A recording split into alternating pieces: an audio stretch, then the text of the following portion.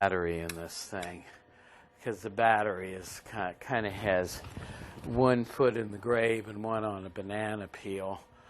But we'll see if we can get through the lecture with it. Well, we looked at the fact that Bentham thought we could, if we backed up, that we could actually compare the consequences of our actions, at least try to project what we think are the possible future consequences in terms of the happiness or unhappiness they would produce, and then actually weigh them out in a fairly exact way. Now, you say, well, come on, Professor Murawski, I am not going to go through. Did Bentham think I was going to get out my calculator and go through a bunch of calculations to decide whether I ought to have cherry pie or apple cobbler for dessert after dinner? You know? Well, no. But we're trying to illustrate utilitarian reasoning with a simple example, because if you can see what's going on here with a simple example, you can understand what's going on in a more complicated case, like whether or not to build a hydroelectric dam, as was illustrated in the video, the Bakun Dam, which, by the way, has been built. And even more recently, China built the biggest hydroelectric dam in the world. So these decisions are still being made by governments.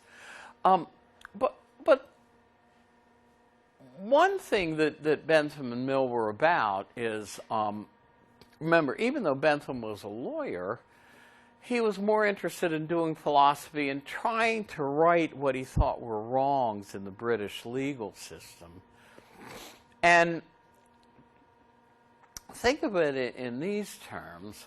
Suppose you're a judge and you have to try to figure out what would be a fair sentence for somebody who's just been convicted of a significant crime. And here's a decision where maybe years of somebody's life is hanging in the balance. Wouldn't it be good to have an objective way of figuring that out? You don't want a sentence that's so lenient that it doesn't have any chance of rehabilitating the offender.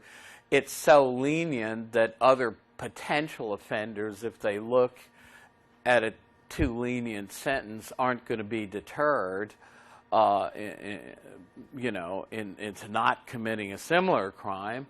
And it's not going to protect society, because it's not going to keep anybody in prison long enough. On the other hand, you don't want a sentence that's too harsh for the offense. And wouldn't it be nice to have an objective way of figuring this out? And if you're talking about weightier matters, maybe people would want to go through some calculations. But there are problems with the whole idea of using hedons. What I asked you at the end of the class last time was basically a trick question. When I said, well, is everybody okay with the values assigned here with the numbers? Well, the point is, how do we know what these numbers are? It's unrealistic to think that we can compare pains and pleasures in this type of an exact way for a number of reasons. If we're talking about that, we're talking about internal mental states, right? I can't see the level of pain or pleasure you're having, and you can't see that in my case. I mean, we can try to read it off somebody's facial expression from their behavior, but but pains and pleasures are internal and subjective, and so it's hard for them, for us to assign any kind of objective value.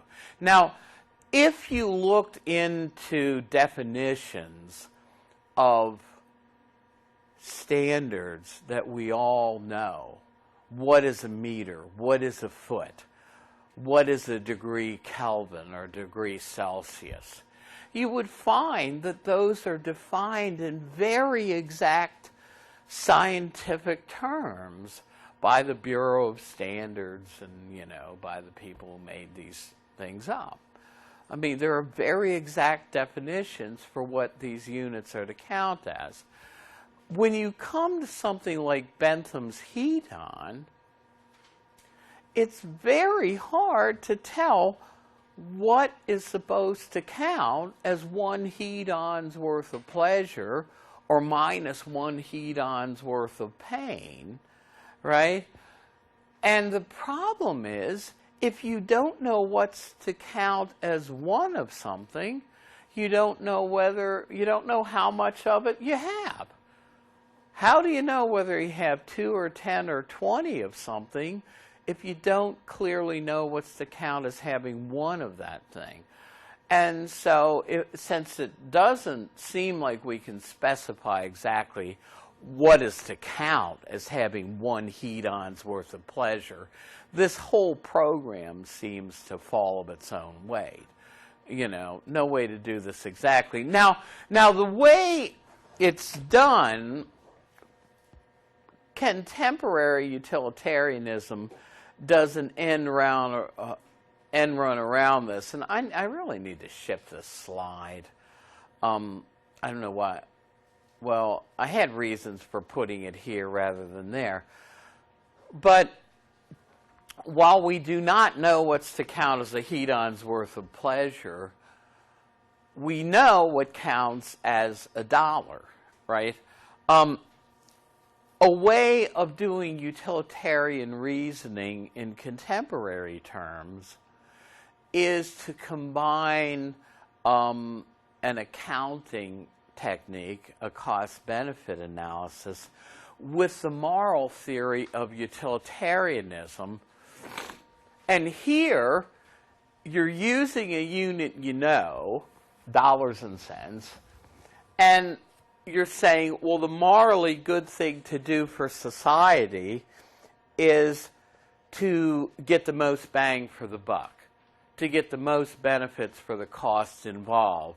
So you're viewing the morally good as what promotes economic benefits for society, and the morally bad as what contains economic costs.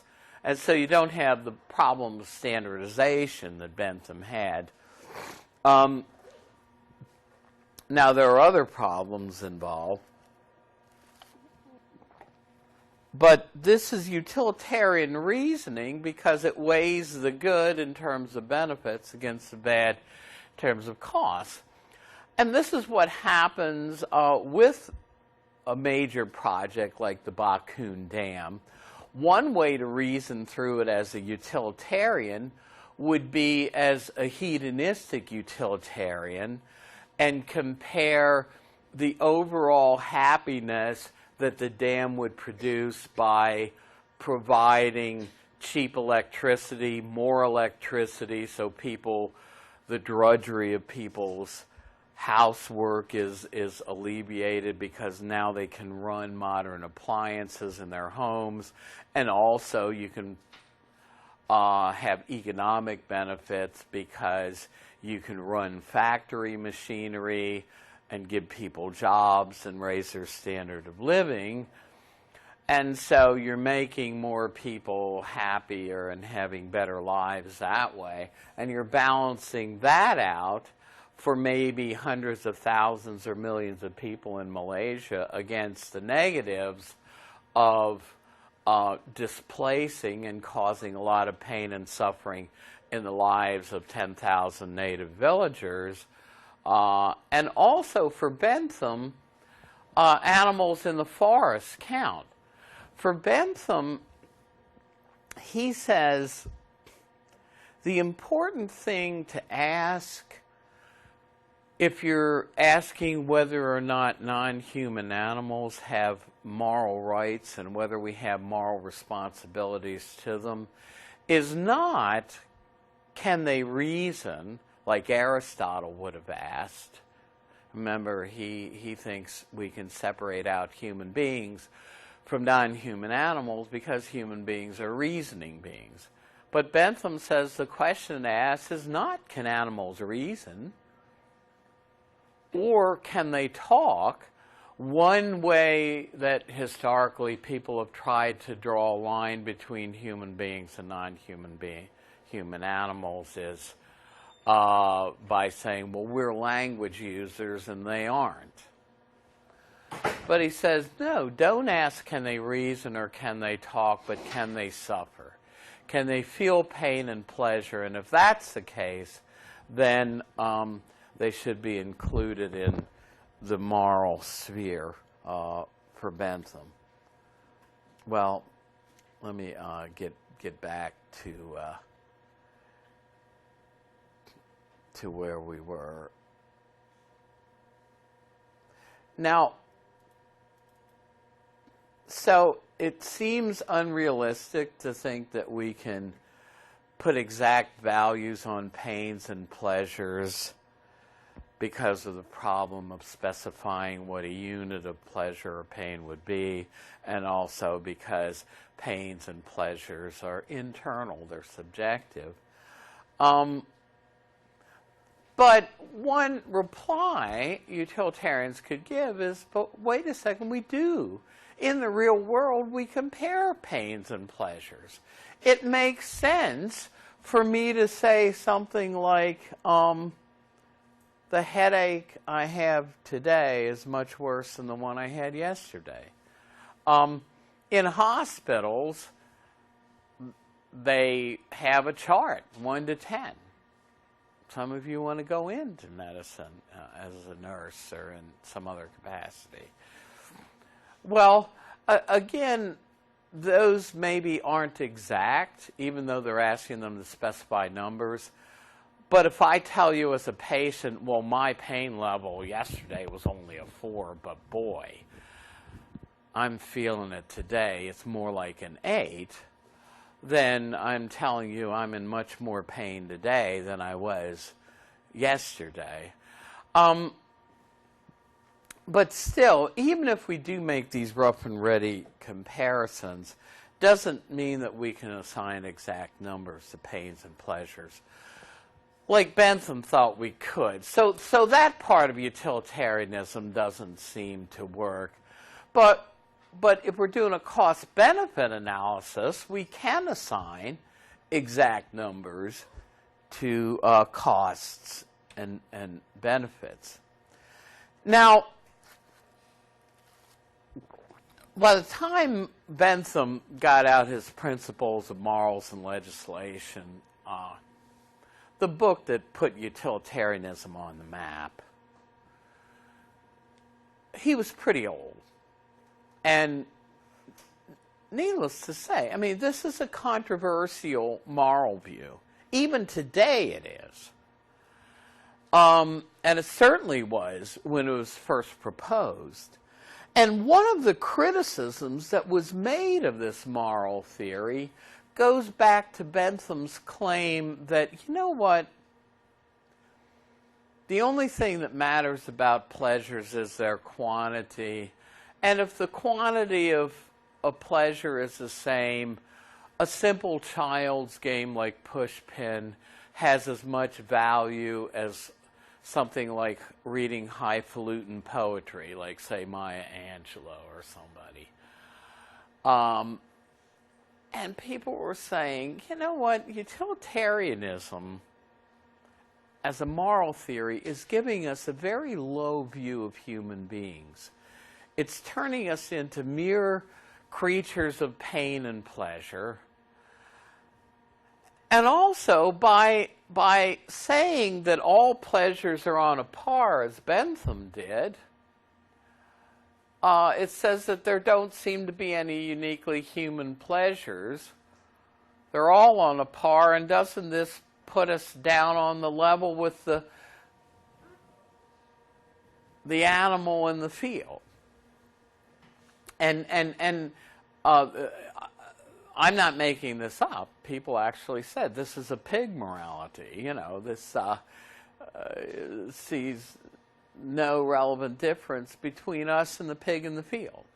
So Bentham was quite old, so it was his number one pupil and student, John Stuart Mill, who took up the mantle of defending utilitarianism against its critics. And one of the things he thought was, if I can show that utilitarianism can take into account not just the quantity of pleasures, as Bentham wanted to do, but also their quality, I can show that utilitarianism does see a difference between human beings and the pleasures they can enjoy and the pig out there in the field. And so he said quality of pleasures is important, and he said there are higher and lower pleasures. One of the things Mill said, and I think this is true, I mean, look, we all have problems, right? You know, we all have worries. We can get away from them by going to a movie or watching a football game or something, but they're there, right?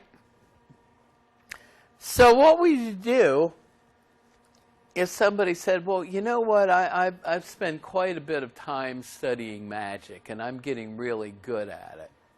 And I'll tell you what, I can turn you into a pig.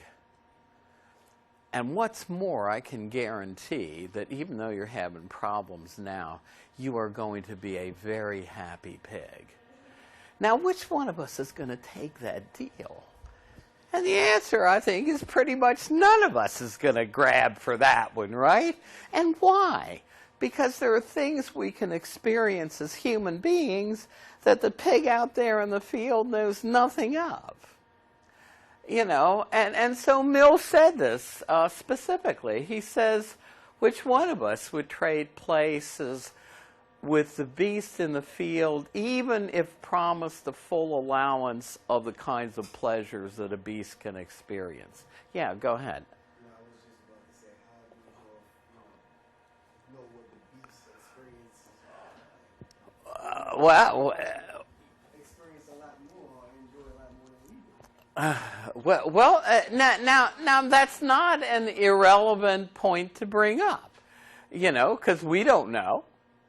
And actually, one of the things that he says when he's trying to defend higher pleasures is it's better to be Socrates dissatisfied, in other words, with a lower quantity of pleasure, but the pleasure be a higher pleasure like discussing philosophy than a fool or a pig satisfied, you know, out there fat and happy.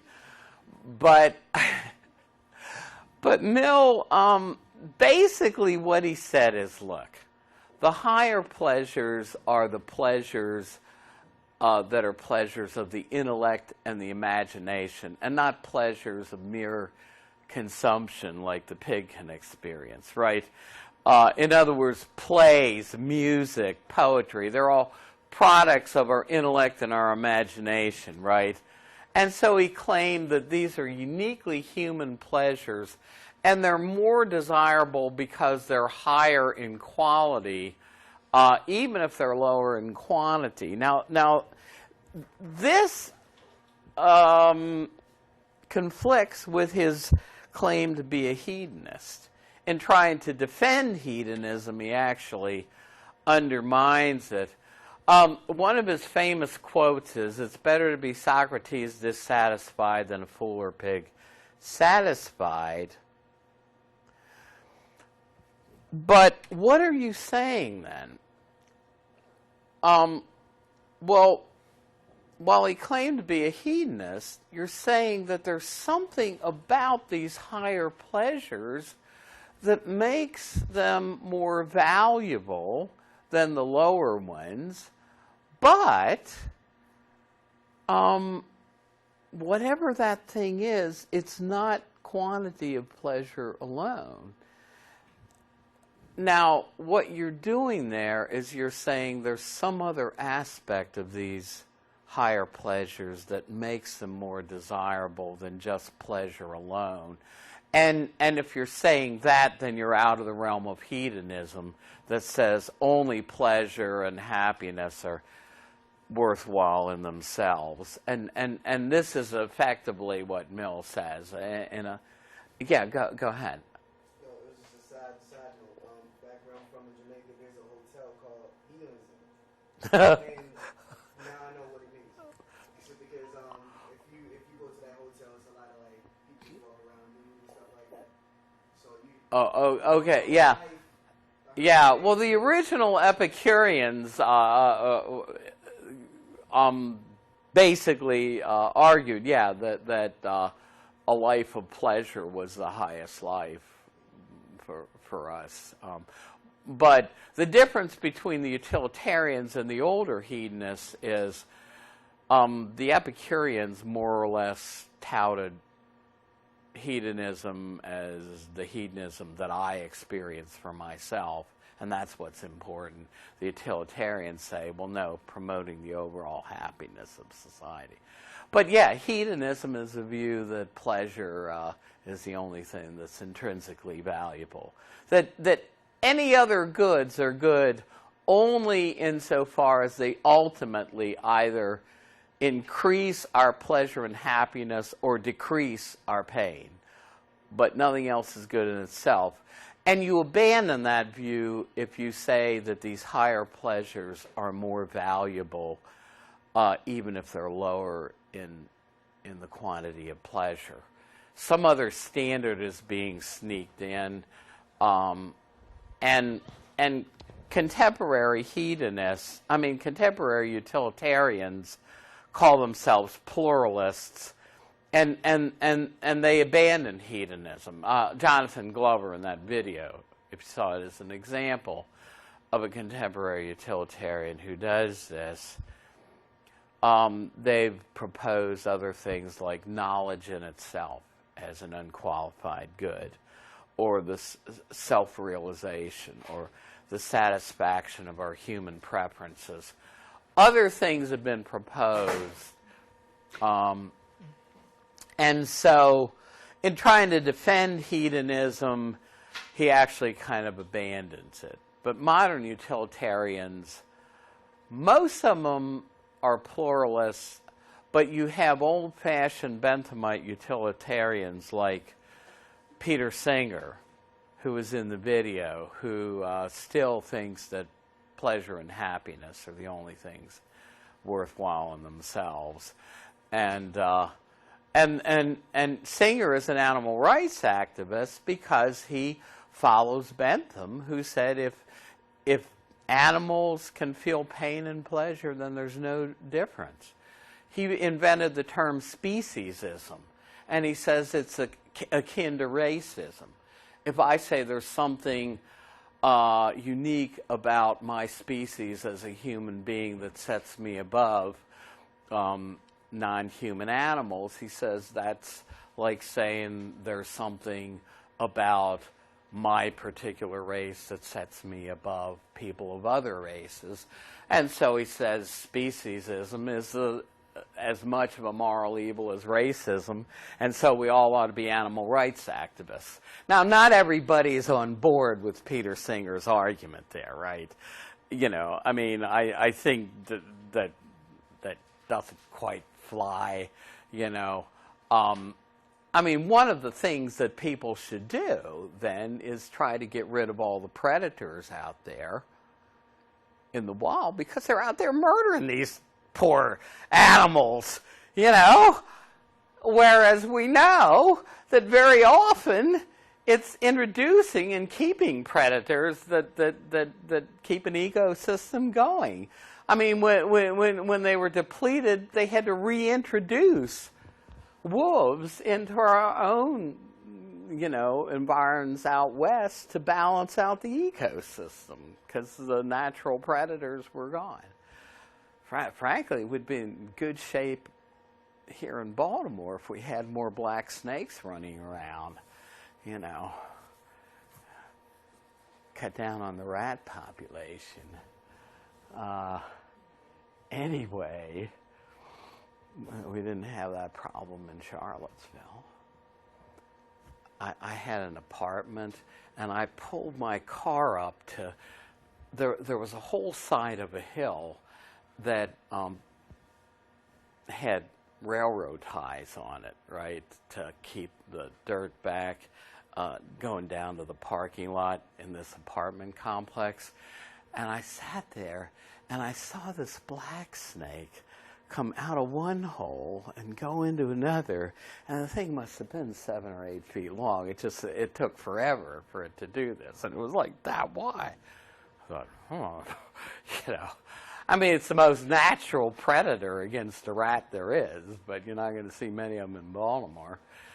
Anyway, okay, how do you tell that a pleasure is higher? Mill doesn't seem to be right on this. Mill says, well, you don't ask the pig out there in the field because he only knows one side of the issue, right? He's going to tell you slop's better, But Mill says, how do you tell which pleasure is higher? You ask the person who's experienced both, and they'll have an automatic preference for the higher pleasure. But does this work out in the real world?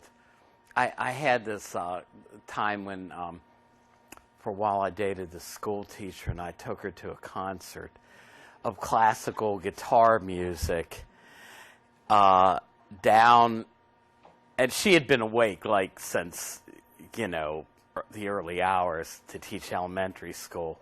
So we're down at this little theater in the basement of the Walters Art Gallery, about 300 of us, watching this classical guitar concert, and she's fighting sleep. But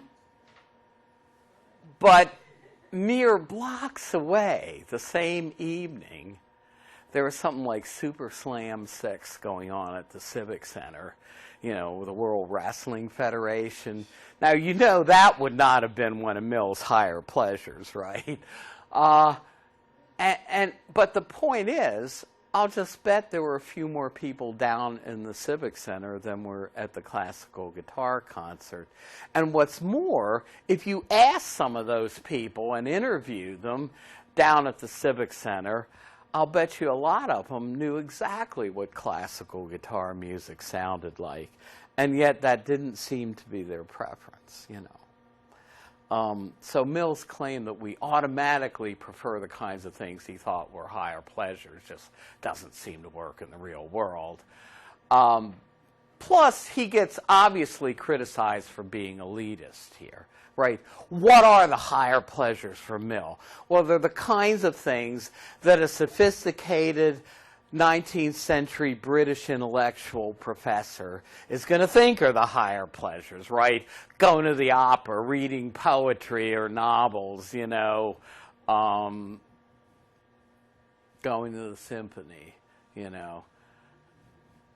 And so at any rate, Mill tried to tweak utilitarianism by bringing in quality of pleasures, but this move seems to abandon hedonism because if it's better to have a lower quantity of pleasure but a higher quality, then you're basically saying there's something that makes these more valuable, these higher pleasures, that is not just pleasure or happiness. And to make that move is to abandon hedonism that says there's only one standard of value. And so that's, so this overtly abandons. So we talked about that. Well, what are the advantages? Real quickly, again, these people were trying to respond to Hume's skepticism about morality by getting it down to earth. It removes morality from the realm of the transcendent and otherworldly, right? Now, even though the utilitarians went out of their way to argue that utilitarianism is not anti-religious or anti-Christian, nonetheless, for them,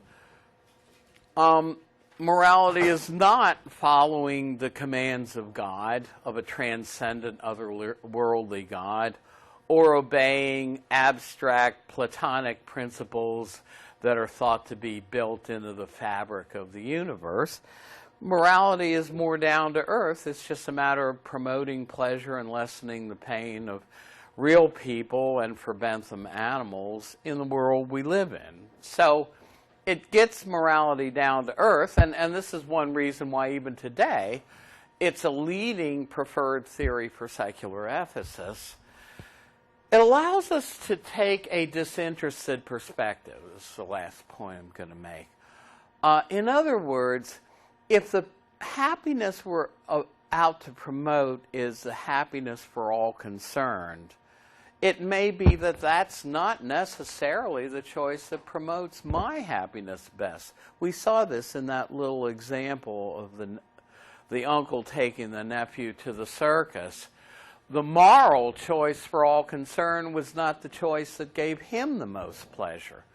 So utilitarianism can capture this gut-level intuition we have that sometimes doing the right thing means standing back from the situation as if you were an objective observer and making your decision just by asking, well, what's the right thing here, even if it's not the choice where I come out the best, right?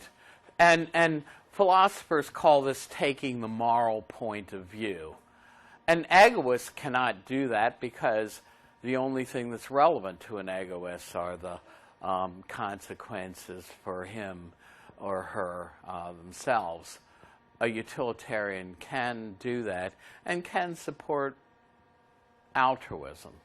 Well, okay, we're going to look Friday at some of the downside. If you came in late, you can put your paper up there.